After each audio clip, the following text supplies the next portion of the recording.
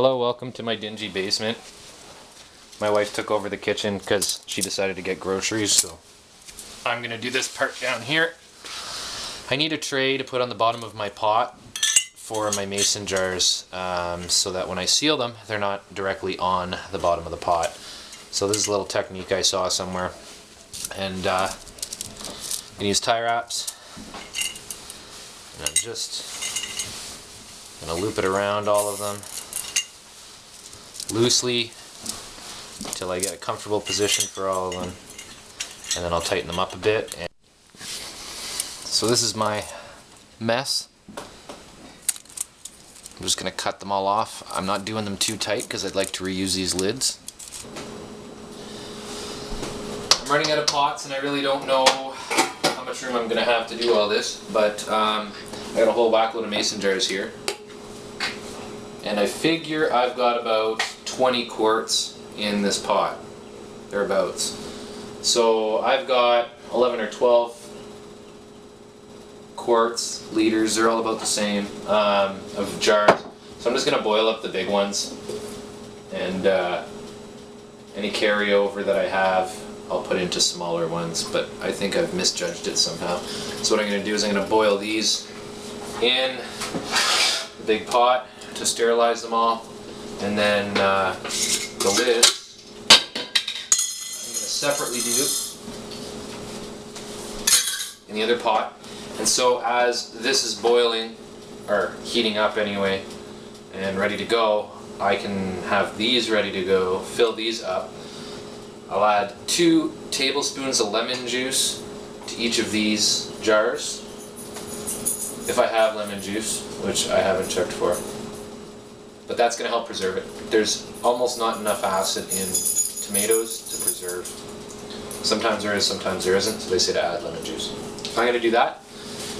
And then I will use this pot with the funky thingy I made to get them all sealed in there. You want to get it hot enough to kill the bacteria, about 180 Fahrenheit, 85 degrees Celsius. It doesn't have to boil. I bring it up to a boil. And then you take them off, let it cool down. They should suction cup in and they should be ready to go. So, anyways, I'm going to use no oven mitt for now. I like these tongs. Pour it out.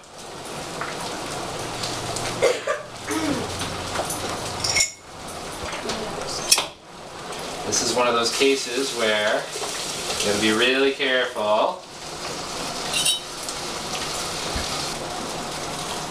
I'm going to do this for all of them, and then I'm going to let them dry just for a couple seconds, flip them upside down. I'm going to put some lemon juice in them, so tune in when I'm putting the lemon juice in. Okay, so I just pulled all of these mason jars out. I need to do two of these guys into each jar before I put the sauce in. So I'm going to try to do that real quick. All the jars are piping hot. I got the other batch. Hopefully I won't need them all, but we'll see. Maybe I will. I got a small jar. I'm only going to add 1 tablespoon to the half jars. That'd be like a half quart or 500 mils. These are all about 1 liter, 1,000 mils, or 1 quart. Honestly, I don't know how this is going to change the taste of my sauce. I've never used lemon juice before. I sometimes just preserve it as is. But I found in the past that your sauce can go bad. There's a high chance that there isn't enough acid in there to preserve it properly. And we've had many times when our sauce goes bad, but we've also had many times where our sauce is good. And that's the trick of it, is that you need to have experience to know when it's gone bad and when it isn't, because sometimes it looks fine and it's actually really nasty. Okay, so I'm going to put this in the top of my jars. I'm going to come over here. Everything is really hot. I'm going to be very careful. And I'm going to start dishing it out. So, give her a good stir. Sauce is steaming and simmering. I know it's good and hot. Just going to dump it in.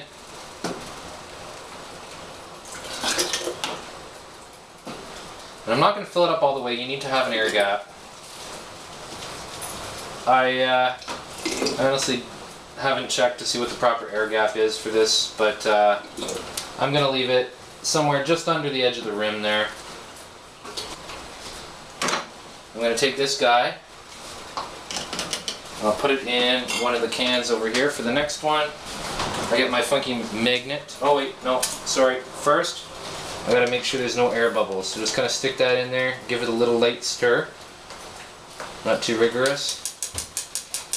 Let's go like that. I'm gonna come over here, and I'm gonna find the lid for my jar. Okay, so I got this guy here. I'm just gonna go like that, just lightly. I didn't remove the old label, I don't really care. I'll scrape it off and whatever after. Okay, so it's hot, everything's hot. I'm not tightening that, you see that was just finger tight? Because I want to make sure this is all set up right. You know what, I'm going to put it back over here for now.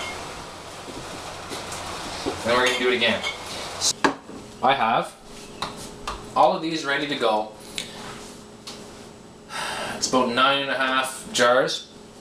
Plus I got a lot left aside for my sauce tonight. So now I've got to put this in the bottom of the pot. I can clean up the silver one like I wanted to do. Put this in the bottom of the silver one and then boil, well not boil, bring it up to a good hot temperature anyway, almost a boil, and then take each jar out and they should seal themselves. So anyways, what I've done here is I've wrapped some towels around the jars just so they don't hit the side of the pot. I like even heat distribution, and it's also got quite a bit of water in there, probably about that much under the rim. Actually, it's got a little less than that. I'm going to add a little bit of water in there. But it's turned to maximum. I want to get it just to start to boil a little bit. I don't want to boil what's inside the jars. I just want to heat it all up nice and evenly. Turn the heat off, take them off of heat, and let them sit, and they should pull in. Some of them already did since I left. I was only gone for a couple hours, but anyways, normally people will bake them when you get to this point, but I'm not baking them. Hi, so the final step in these guys was that I pulled them out, used my tongs, and I let them sit for a little while, and I make sure that they all go in. Don't push the lids in.